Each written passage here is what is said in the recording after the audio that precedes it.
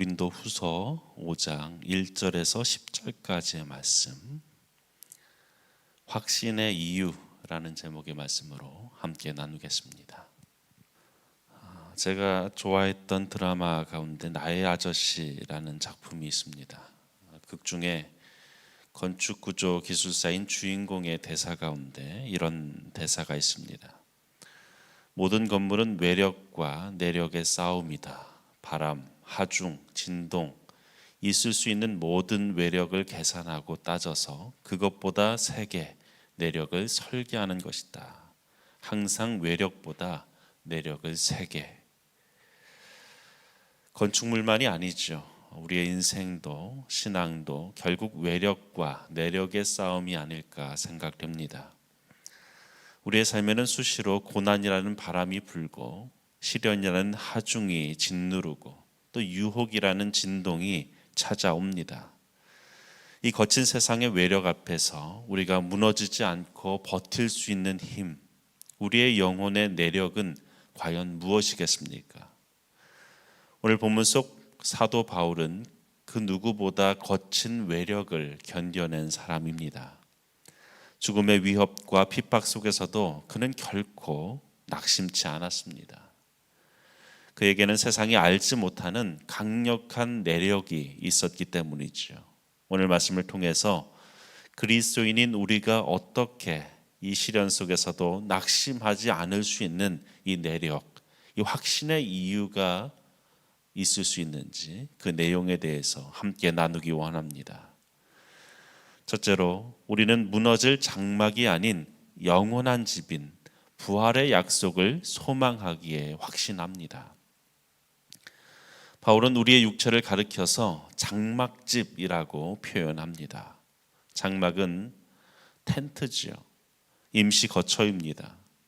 이스라엘 백성들이 광야에서 쳤던 그 천막처럼 장막은 잠깐 머무는 곳입니다. 비바람에 흔들리고 시간이 지나면 낡고 해져서 결국은 헐어버려야 할 존재입니다. 바울은 우리의 육신이 이와 같다는 것이지요. 질그릇처럼 연약해서 깨지기 쉽고 세월이 흐르면 쇠할 수밖에 없는 것, 그것이 우리 인간의 실존입니다.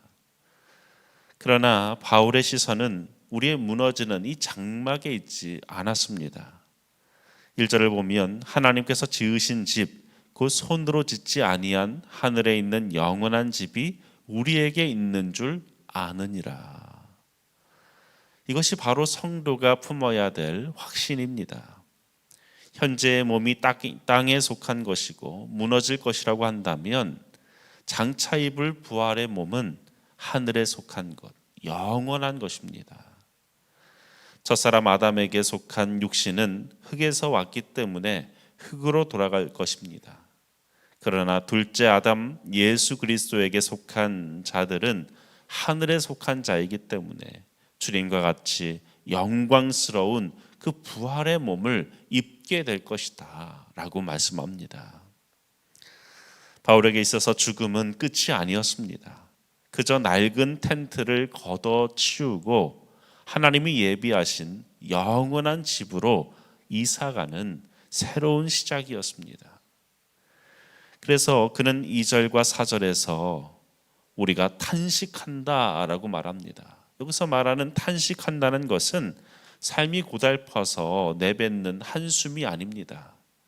이미 구원받았지만 아직 완성되지 않은 그 하나님 나라 사이를 살아가는 거룩한 갈망을 의미하는 것입니다.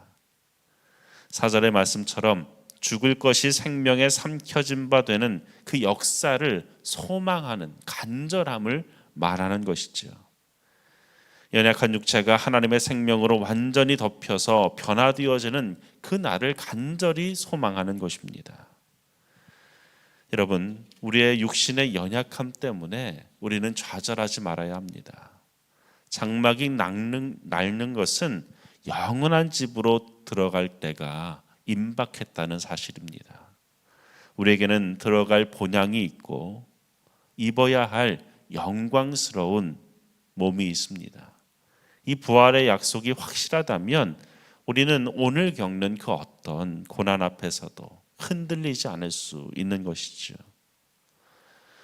둘째로 성령님께서 우리의 구원의 보증이 되어 함께 하시기에 확신합니다. 우리가 아무리 부활을 소망한다 해도 눈에 보이지 않는 그 미래의 일을 어떻게 확신할 수 있겠습니까? 오늘 내 삶은 여전히 고달프고 하나님 나라는 아득하게 느껴질 때가 있지요. 그래서 하나님께서는 우리에게 확실한 증거를 주셨다는 것입니다. 5절에 보면 곧 이것을 우리에게 이루게 하시고 보증으로 성령을 우리에게 주시니는 하나님이시니라. 이것을 이루게 하시고라는 말은 하나님께서 우리의 이 구원의 모든 계획을 설계하시고 또 그것을 주도해 가신다, 이끌어 가신다라는 말입니다. 특별히 바울은 성령님을 보증이라고 표현합니다. 이 일을 위해 성령님이 우리의 보증이 되어 주셨다. 이 보증이라는 말은 당시 상업 용어였는데 계약금, 착수금, 첫열매 이런 의미를 담고 있습니다. 내가 반드시 잔금을 치르고 이 물건을 반드시 내 것으로 삼겠다라는 강력한 의지의 표현이자 법적 구속력을 지닌 금액을 말하는 것이죠. 그래서 하나님께서 우리에게 성령을 보증으로 주셨다라는 것은 너는 내 것이다. 내가 너를 반드시 부활의 영광에 이르도록 하겠다. 나의 나라에 이르도록 하겠다라는 그 하나님의 강력한 의지를 말씀하시는 것입니다. 그래서 6절과 7절에서 바울은 이렇게 고백합니다. 우리가 항상 담대하여 그 성령님이 우리의 보증 되시기에 그 하나님의 의지 때문에 우리는 담대할 수 있다. 또 이는 우리의 믿음으로 행하고 보는 것으로 행하지 아니함이로라. 믿음으로 행한다. 보는 것으로 우리는 더 이상 행하지 않는다. 무슨 말입니까? 여전히 현실은 우리가 외력에 시달릴 수밖에 없는 그 장막에 거하며 살고 있지만 성령님을 통해 이제 우리는 보는 것에 영향을 받는 것이 아니라 믿음으로 반응하게 되어진다. 눈에 보이는 현실보다 내 안에 가신 그 성령님의 보증이 더 확실하기 때문에 우리는 흔들리지 않는다. 때로는 하나님이 우리의 삶 속에 개입하지 않는 것 같고 내 기도를 듣지 않는 것 같은 영적 침체가 찾아올 때가 있습니다. 그러나 내 감정이 어떻든 내 상황이 어떻든 변하지 않는 사실이 있습니다. 바로 성령께서 내 안에 계시다는 것이죠. 성령님이 계시다면 하나님은 결단코 포기하지 않으신다. 당신의 나라가 이를 때까지 우리를 끝까지 붙잡으시겠다라고 약속해 주십니다. 이것이 바로 오늘 우리가 담대히 살아갈 이유가 되어진다라는 것입니다. 마지막으로 주님의 심판대가 우리에게 위로와 상급이 되기에 확신합니다. 바울은 흔들리지 않은 이유, 그것이 바로 심판에 대한 올바른 이해가 자신에게 있었기 때문이라고 말합니다. 9절을 보면 그런즉 우리는 몸으로 있든지 떠나 있든지 주를 기쁘시게 하는 자가 되기를 힘쓰노라.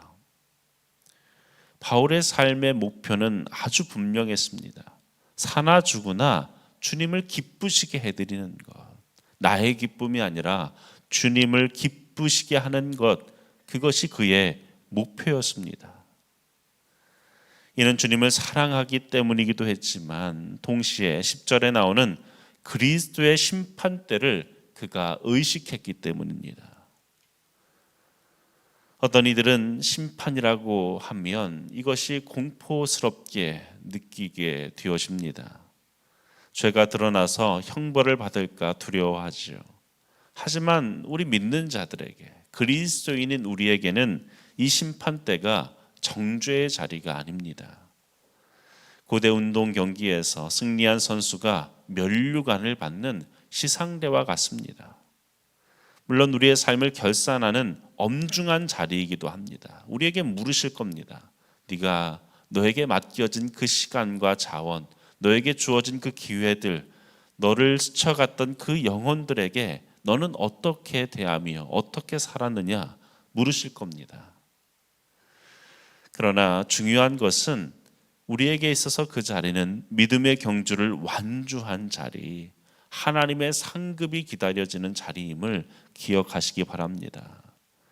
주님께서 우리를 위로하시고 칭찬해 주시는 자리임을 우리는 기억해야 합니다. 바울에게 심판대는 자신의 삶을 최종 확인받는 자리였습니다. 그래서 우겨쌈을 당하며 또 눈물을 흘리며 또 누군가를 통해서 핍박을 받는 그러한 시간이 있을지라도 그는 견딜 수 있었죠. 먼 훗날 잘하였다, 충성된 종아라는 그 주님의 칭찬, 그 인정하심, 그 주님의 안아주심을 그는 확신했기 때문입니다.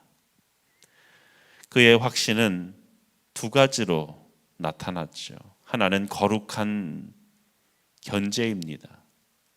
주님이 보고 계시기 때문에 죄와 타협하지 않고 자신을 정결하게 지킬 수 있었습니다. 그리고 다른 하나는 강력한 위로였습니다. 세상이 몰라줘도 주님이 아시니까, 사람이 오해와 비난을 해도 그는 주님이 아시니까 그는 그 모든 것을 견뎌낼 수 있었습니다. 여러분, 우리에게 있어서 그날은 어떤 날입니까? 진정 기대함으로 그날을 소망하며 바라보고 있습니까? 오늘 우리에게 주어진 이 하루가 주님 보시기에 기쁘시게 드려지는 그 귀한 하루가 되어지기를 바랍니다. 주님을 위해서 우리가 참는 그 모든 인내의 시간들, 또 주님을 위해서 포기하는 그 모든 마음들, 또 우리가 베푸는 그 작은 사랑의 실천 하나하나가 주님께서 반드시 기억하시고 우리에게 면류관으로 상급으로 허락해 주시는 것임을 잊지 마시기 바랍니다. 여러분, 우리의 신앙생활은 마음의 평안을 얻는 취미생활이 아닙니다. 생명을 건 외력과 내력의 싸움입니다. 무너지느냐, 무너지지 않느냐, 이 치열한 싸움과 같습니다. 세상의 외력이 거셀수록 우리는 말씀과 성령으로 우리의 내면의 힘을 길러야 할 줄로 믿습니다.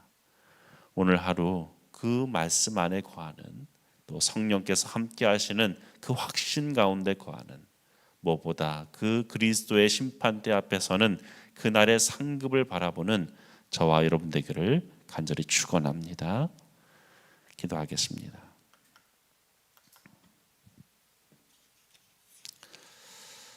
아버지 하나님, 연약한 육체를 입고 험한 세상을 살아가기에 우리는 때로 탄식하며 낙심할 때가 있음을 고백합니다. 오늘 말씀을 통해 우리에게 무너지지 않는 영원한 집이 있음을 깨닫게 하시니 감사합니다. 세상의 거센 바람 앞에서도 부활의 소망으로 견디게 하여 주옵소서. 눈에 보이는 상황이 암담할 때 성령님의 보증하심을 붙들고 믿음으로 걷게 하여 주옵소서. 무엇보다 언젠가 서게 되어질 그 주님의 심판대를 기억하며 오늘 하루도 주님을 기쁘시게 하는 거룩하고 충성된 삶을 살게 하여 주옵소서. 예수님의 이름으로 기도합니다. 아멘.